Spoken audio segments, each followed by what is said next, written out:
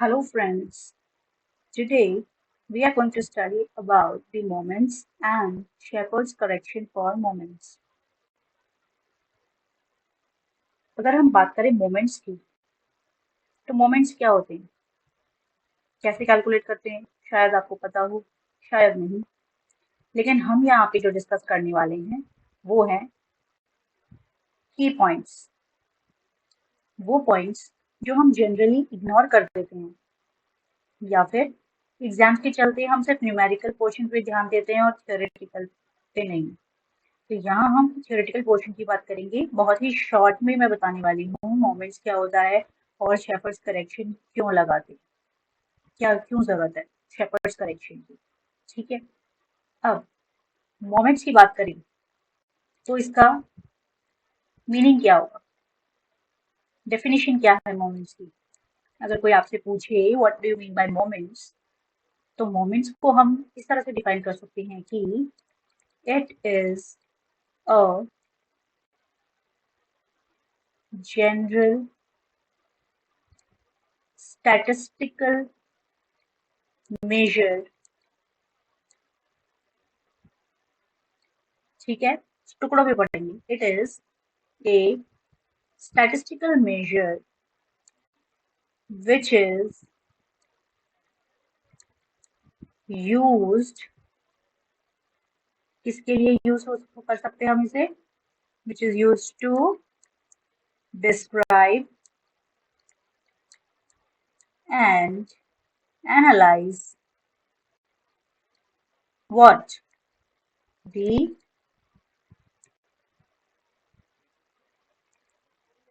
Please ignore the hand writing, ठीक है, इसलिए मैं बोल भी रही हूँ। अगर आपको कुछ समझ में ना आए तो you can refer to what I'm saying. It is a general statistical measure which is used to describe and analyze the characteristics of a frequency distribution.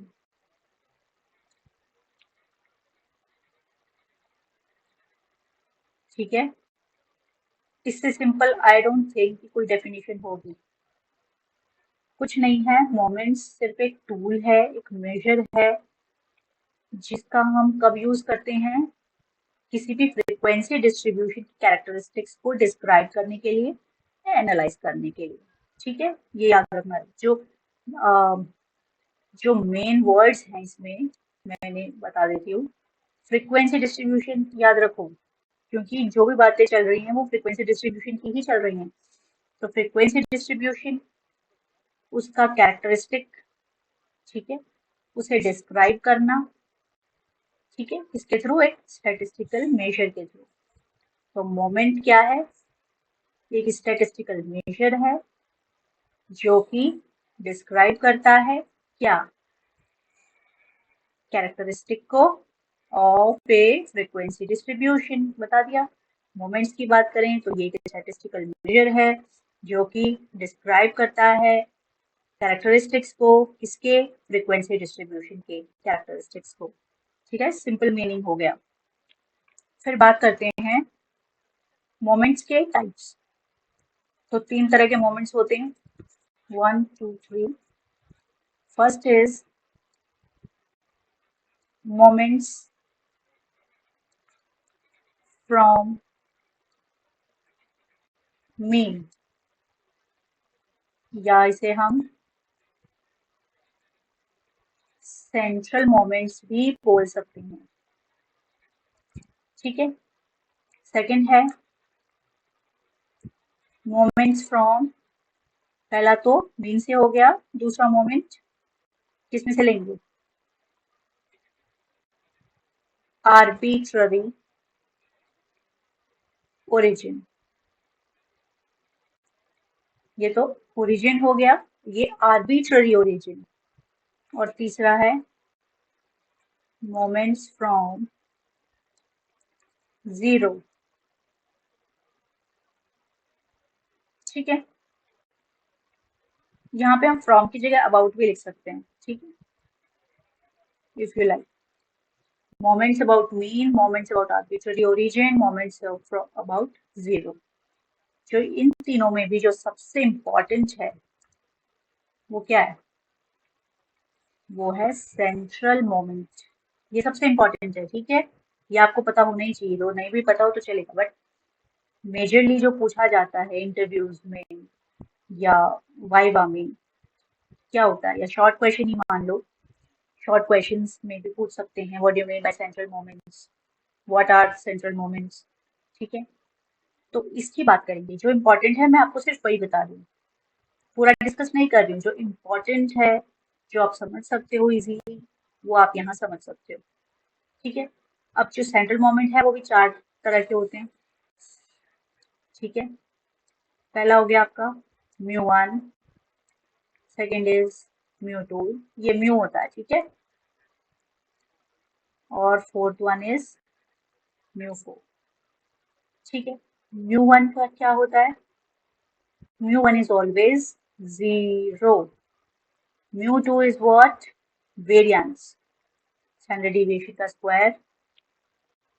Mu 3 को हम स्क्यूनेस भी बोल सकते हैं, और म्यू 4 होता है कुर्टोसिस,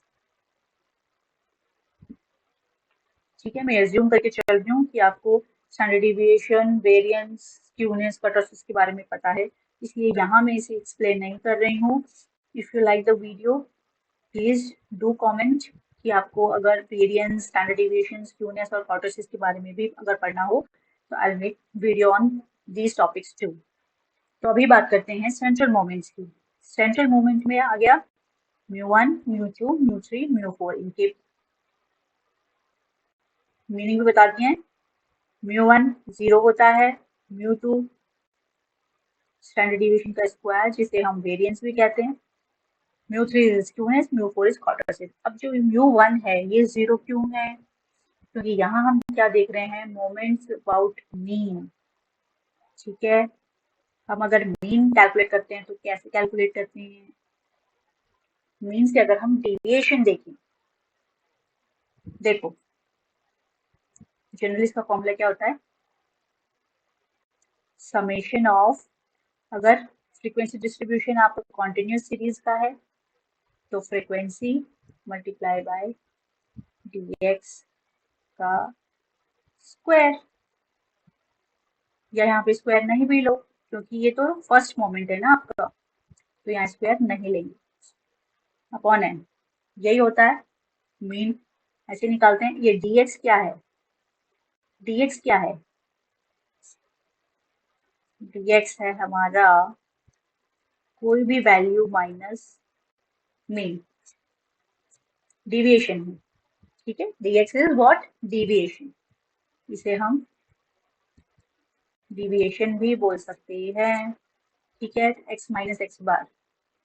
अब यहाँ देखो, अगर आप मीन लोगे, ठीक है, मीन से डेविएशन कैलकुलेट करोगे तो आपका जो सम होगा ना मीन का, वो ऑलवेज 0 होगा, याद रखना,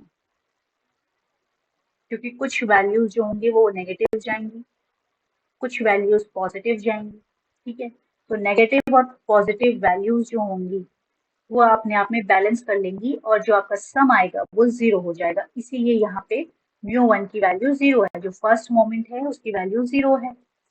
दूसरा सेकेंड मोमेंट क्या होता है आपका, वेरिएंस, ठीक है। कि अगर यही फॉर्मूले के देखें तो स्टैंडर्ड डिविएशन का क्या फॉर्मूला होता है, under root dx square upon N, यही होता है ना। और अगर आपका फ्रीक्वेंसी हो तो यहाँ f हो जाएगा, यहाँ पे भी तो यही सेम बात है, यही तो फॉर्मूला है। हमने अंडर रूट लगाया है तो वेरिएंस आया, लेकिन हम अंडर रूट नहीं लगा रहे हैं। अंडर रूट अगर हम नहीं लगा रहे हैं तो ये फॉर्मूला क्या बन जाएगा, ये फॉर्मूला हो जाएगा आपका वेरिएंस का। और अगर यहाँ पे अगर हम स्क्वायर रूट लगा दें तो वो स्टैंडर्ड डिविएशन बन जाएगा। इसीलिए जो हमारा सेकेंड मोमेंट है वो स्टैंडर्ड डिविएशन नहीं, वेरिएंस है, ठीक है। थर्ड आपका स्क्यूनेस हो जाएगा, वही ले लेते हैं, यही फॉर्मूला है ना, यहाँ पे क्यूब आ जाएगा, और इस तरह से यहाँ पे पावर 4 आ जाएगी। ये हो गए हमारी central moments, mu 1, mu 2, mu 3 and mu 4। तो अभी हमने बात की कि वैल्यूज क्या होंगे म्यू 1, म्यू 2, म्यू 3 और म्यू 4 की। अब हम बात करते हैं कि एक्चुअली में क्या बता रहे हैं? μ1, μ2, μ3 एंड μ4, ये बता क्या रहे हैं? ठीक है, ये भी तो हमें पता होना चाहिए ना। तो μ1 से आप क्या समझते हो, μ2 से क्या समझते हो, μ3 से क्या समझते हो, ये तो हमने देख लिया। μ1 की वैल्यू होती है 0, μ2 क्या होता है आपका वेरिएंस। ठीक है, μ3 क्या होता है आपका स्क्यूनेस,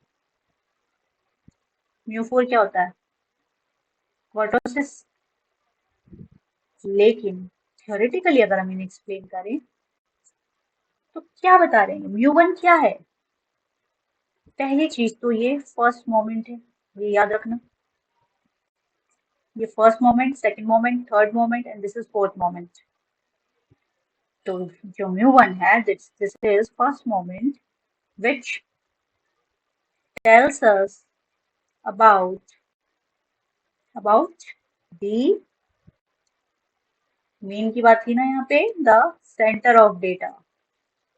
सेंटर ऑफ डेटा क्या होता है? मेजर ऑफ सेंट्रल टेंडेंसी में देखा है, मीन मीडियन मोड। तो ये मीन की बात कर रहे हैं। ये हो जाएगा हमारा फर्स्ट मोमेंट। किसकी बात करता है? Centre of data, that is arithmetic mean. ठीक है, अब μ2 इज सेकेंड मोमेंट। ये क्या बता रहा है? ये हमें बता रहा है हाउ मच डिस्पर्स्ड, क्योंकि यहाँ बात किसकी हो रही है? Standard division square, variance. Variance का तो काम ही यही है, दूरी। वेरिएंस का मतलब यही होता है ना। तो how much disperse the data is around the centre. हमारे जो सेंटर है, जो मीन है, उससे हमारा डेटा कितना डिस्पर्स्ड है, ये सेकंड मोमेंट बताता है। ठीक है, इसीलिए हमने यहाँ वेरिएंस लिखा है। ठीक है, कितना वेरिएट कर रहा है, the difference, the dispersed, the scatteredness बता रहा है ये। ठीक है, फिर आता है हमारा थर्ड, स्क्यूनेस।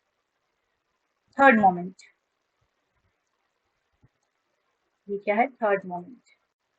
ये क्या बता रहा है? वेदर द डेटा, ये हमारा फ्रिक्वेंसी डिस्ट्रीब्यूशन जो है, it is skewed to the right या फिर टूवर्ड्स लेफ्ट। ये राइट साइड की तरफ स्क्यूड है या लेफ्ट साइड की तरफ? क्या मतलब है इसका? ये जो हमारा फ्रिक्वेंसी डिस्ट्रीब्यूशन का कर्व होता है ना, ये तो नॉर्मल कर्व है। ये कह रहा है या तो राइट साइड स्क्यूड रहेगा या फिर लेफ्ट साइड स्क्यूड रहेगा। देखो, ये टच नहीं कर रहा है एक्सेस को, है ना। ये तो है हमारा लेफ्ट साइड स्क्यूड और ये है हमारा राइट साइड स्क्यूड। ठीक है, स्क्यूनेस की बात हम किसी नेक्स्ट वीडियो में करेंगे। अभी आप इतना समझ लो, third moment tells whether the data is skewed to the right और टुवर्ड्स द लेफ्ट। और जो लास्ट मोमेंट है, फोर्थ मोमेंट, ये क्या बता रहा है? It tells how much data is located in the tail. How much data is located in the tail? Tail. Which tail? ये tail. ये tail है। ठीक है, ये tail है। ये tail है। मैं इसे दूसरे कलर में हाईलाइट करती हूँ ताकि आपको चीज समझ में आए। देखो, इसे tail बोलते हैं। ये है tail। ठीक है, यही बात करेंगे। इस tail में आपका कितना डेटा लोकेटेड है, मतलब कितना डेटा है और कहाँ है। इसमें भी तीन तरह के फ्रीक्वेंसी कर्व्स बनते हैं। ठीक है, इससे मैं आपको समझाती हूँ। देखो, ये कह रहा है या तो टेल आपकी बहुत थिन होगी। थिन, थिन कैसे हो सकती है?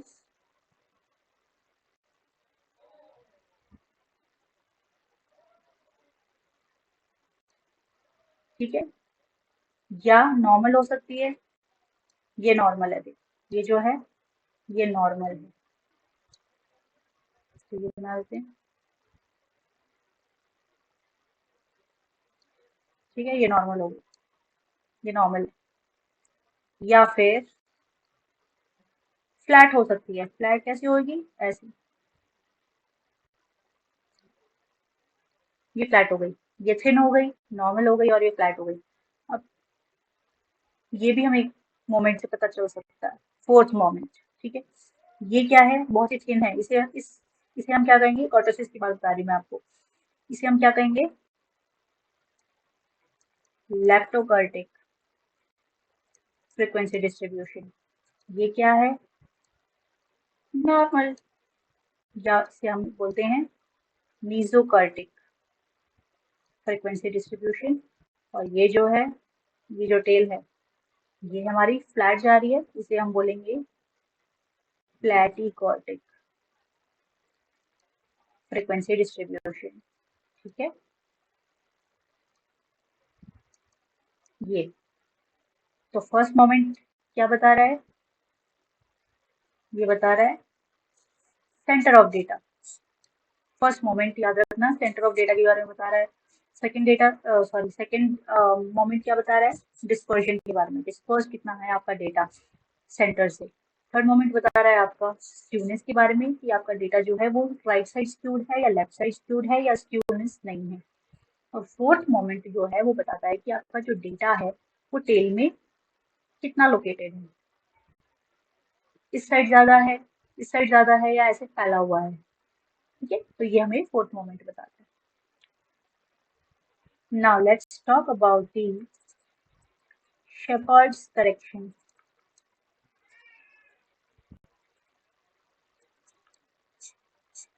शेपर्ड्स करेक्शन की बात करें तो क्या है ये, क्या मतलब है, शेपर्ड्स करेक्शन का मतलब क्या है, क्यों क्यों हम ये करेक्शन की बात कर रहे हैं, अभी समझ लेते हैं। क्या होता है कि जो हमारा फ्रिक्वेंसी डिस्ट्रीब्यूशन होता है, जनरली हमारा डेटा अगर लार्ज है तो हम फ्रिक्वेंसी डिस्ट्रीब्यूशन को कॉन्टिन्यूस में लेते हैं, जिसे हम ग्रुप फ्रिक्वेंसी डिस्ट्रीब्यूशन भी कह सकते हैं। F D is what, frequency distribution. ठीक है, तो ग्रुप फ्रिक्वेंसी डिस्ट्रीब्यूशन में क्या होता है, वी अज्यूम, पहले मैं लिख लेती हूँ, we assume that frequencies are concentrated at the middle point of class interval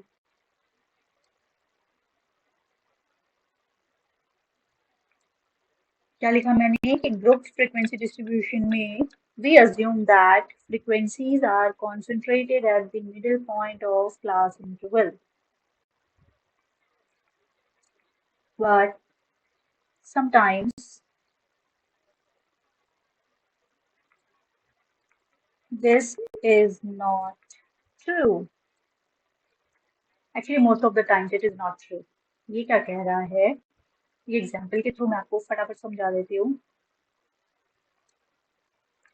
example, मान लो क्लास इंटरवल सबको पता है क्या होती है, ठीक है, और यहाँ ले लेते हैं हम फ्रीक्वेंसी डिस्ट्रीब्यूशन, और यहाँ हम ले लेते हैं एक्स, जो कि क्या है, मिड वैल्यूज। तो इससे तुम्हें एग्जैक्टली समझ में आ जाएगा कि क्या बोलना चाह रहा है। सपोज हमारी क्लास इंटरवल है 0 to 10, 10 to 20, 20 to 30, 30 to 40, 40 to 50। ठीक है, ज़्यादा नहीं लेते। फ्रीक्वेंसी हमारी 2, 5, 7, 10, 11। ठीक है, अब इनकी मिड वैल्यूज क्या होगी, निकालते हैं ना कैलकुलेशन के लिए, मिड वैल्यूज कैलकुलेट करते हैं हम। मिड वैल्यूज कैसे निकालते हैं, आई होप आपको पता होगा, नहीं पता होगा तो प्लीज कमेंट, मैं इस पर भी एक वीडियो बना दूंगी, यहाँ की मिड वैल्यूज कैसे कैलकुलेट करते हैं। ठीक है, वैसे ही आप मीन मीडियन मोड जब मेजर ऑफ सेंट्रल टेंडेंसी पढ़ते हो तो उसमें ऑब्वियसली इसके बिना आप क्वेश्चन सॉल्व भी नहीं कर सकते हो। ठीक है, तो यहाँ पे हम न्यूमेरिकल क्वेश्चन पे नहीं जा रहे हैं।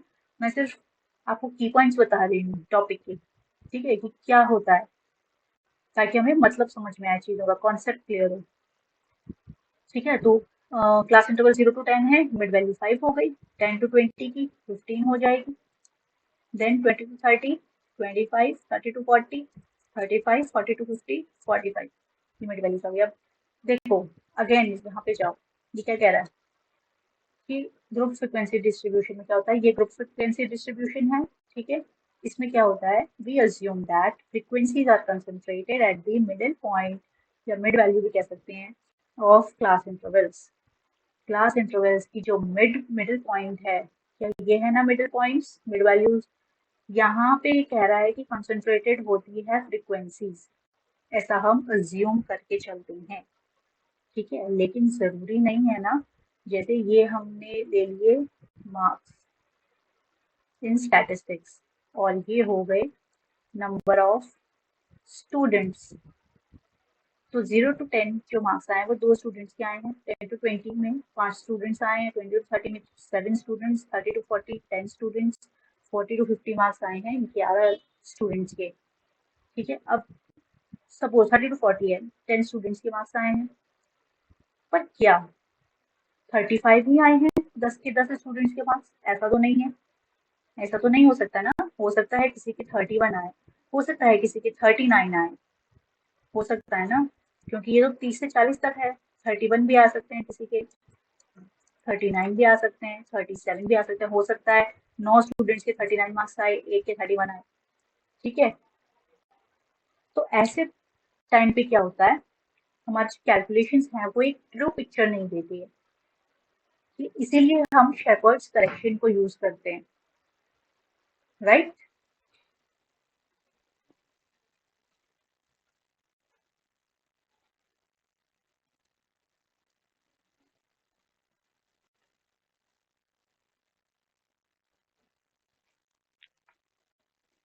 ठीक है, अब यहाँ बात कर लेते हैं कंडीशंस।